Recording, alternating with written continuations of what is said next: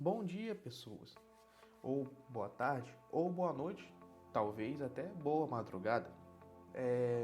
Meu nome é Matheus, sou estudante de engenharia mecânica e hoje vamos rever alguns tratamentos térmicos. Vou fazer um rápido resumo sobre alguns deles.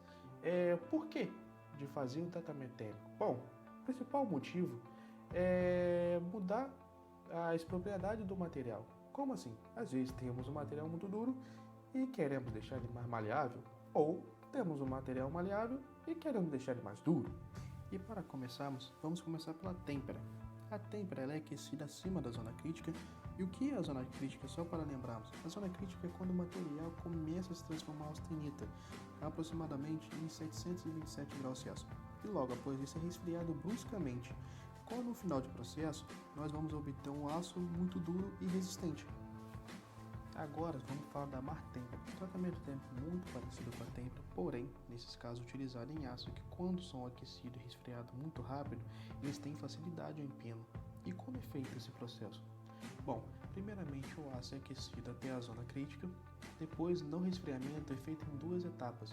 A primeira etapa é resfriar até 200 graus, que é a área onde começa a transformação da martensita, mantém essa temperatura por um tempo e depois é resfriado até a temperatura ambiente. Austêmpera. O processo como é feito muito igual à martêmpera, ela tem a finalidade de no final do processo obter um aço com efeito mola, com alta tenacidade. E como é feito esse processo? Como eu disse, muito parecido com a martêmpera. A gente aquece até a zona crítica, depois resfria fazendo dois estágios. Porém, aqui existe a diferença, é na temperatura. Agora a gente vai resfriar até a temperatura mais ou menos entre 500 e 300 graus para obter a bainita. E nisso a gente mantém nessa temperatura até que o material se transforme 100% em baunita e depois a gente resfria ao ar livre. Após a têmpera, o material fica muito resistente, fica muito duro e por isso às vezes fica difícil ele passar por alguns processos de fabricação, como por exemplo a usinabilidade.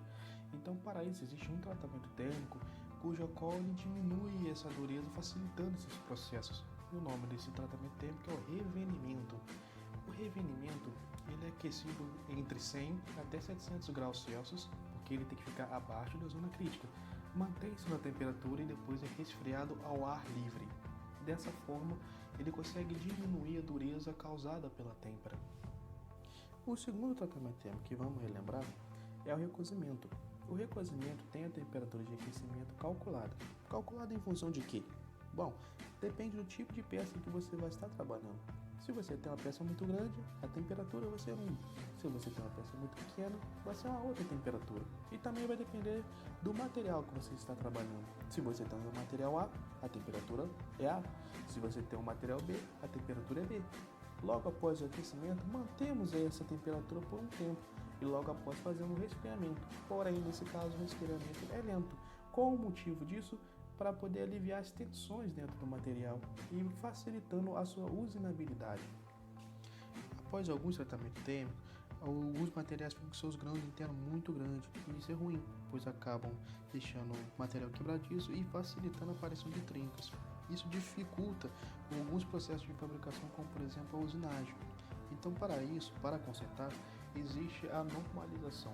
E o que é? Nada mais é que no final do processo de normalização, esses grãos que estão muito grossos acabam normalizando, ficando menores, mais finos.